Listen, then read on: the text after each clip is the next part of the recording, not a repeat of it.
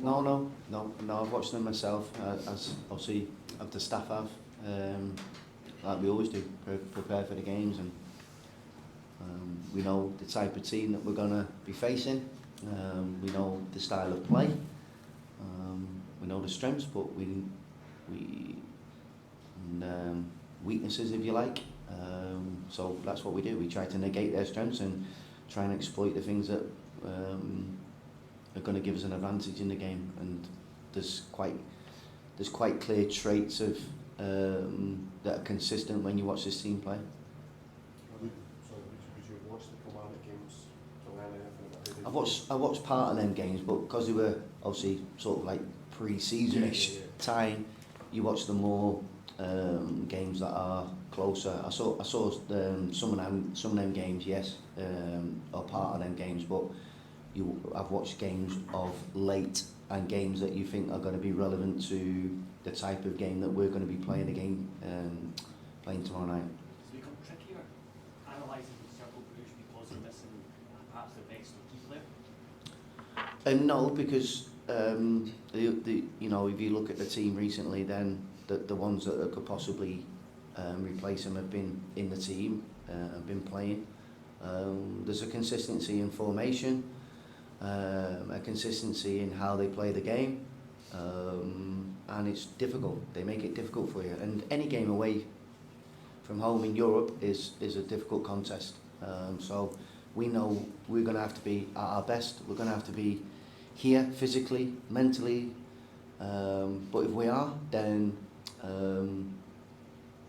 we'll have an opportunity of picking up 3 points. You're very close to achieving something special here.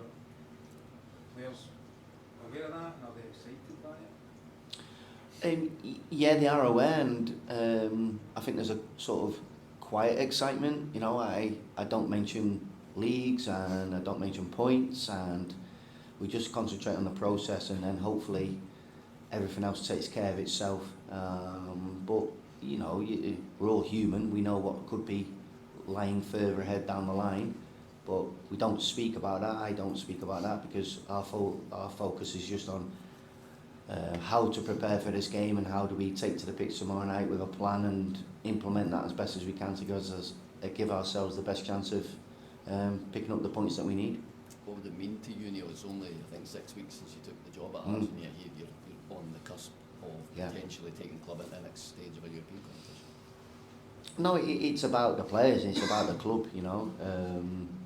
It would be a big thing, it'd be massive.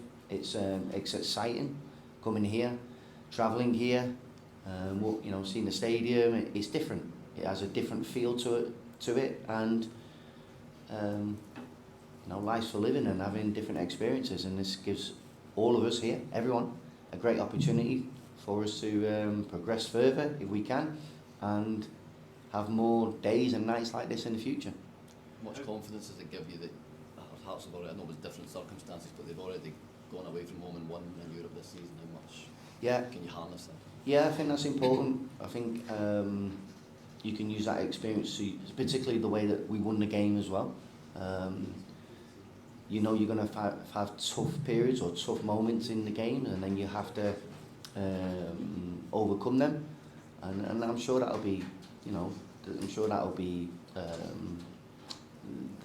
apparent tomorrow evening. There might be moments in the game where we have to grind it out and compete and defend, and we've done it. So we know how difficult we've made it for the opposition when they come to Tynecastle. I'm sure that'll be the same for Cercle Brugge tomorrow night, and we have to make sure that we're ready for that. Does the crowd play a difference just with this? Hearts are almost going to have half the attendance. Will that make a big difference? I hope so. Yeah, I hope so.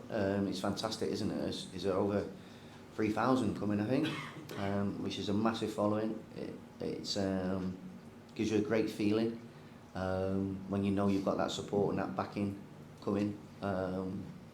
It's like, I hope they have a great night tonight and a good day in the city, and then hopefully we can go out and give them a performance that is a really good representation of Hearts.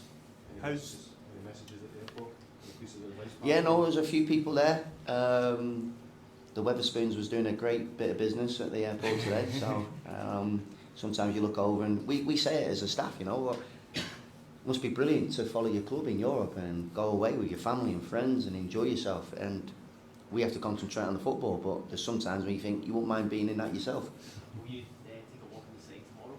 So that will be fine. Possibly, yeah, possibly. Sometimes you try to slip out and have a coffee, or sometimes I would say go for a run, but it's not really a run nowadays, to be honest with you. I have been here once before, many years ago. I came with Liverpool, and we played Cercle Brugge, as it was, to under 21. So I've been to the stadium before and on the training pitches at the back. So I've been to the city. I know what it's like. It's a fantastic place, but we're here to do a job. We're here to obviously prepare for a really important football game. Do you know what? I can't actually remember. What I do remember is they had some really good young players. I think some of them progressed into their first team as well at the time. Some Belgian youth internationals. They were good, but we had some good players as well. It was a really good game, to be fair. How's your squad looking for tomorrow? Is there any team news? No, from Saturday we have no issues. Yutaro Oda will be in the squad. I'm trying to think if there's anyone else. No, I think it's as you were. We don't have any injury issues from Saturday. Obviously, with us having 12 subs as well, that gives us an option, and the option of having more people on the bench, and Yutaro will come into that. Is Oda somebody that you feel could make an impression on the team? I'm hoping so, yeah, because the games that I watched prior to me joining the club, I was impressed by him. I thought he had something different, and I think it always takes a period of time for people when they're coming from different parts of the world to adapt, and he's had a bit of inconsistency in terms of playing and injury, and hopefully he can stay injury free and we can start to see some of the qualities that he's got, because I say when I watched him, you can see some potential there. He's got a lot to improve and a lot to do, but I'm excited by what he could possibly become in the future.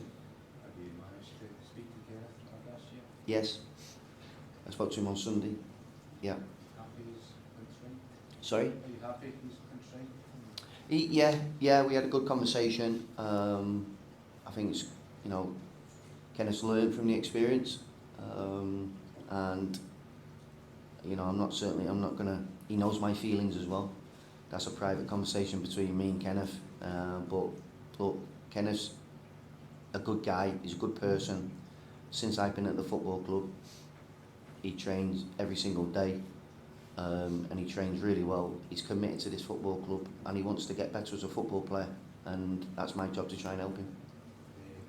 Apologise to you and your teammates? I know he's apologised to the teammates, yeah.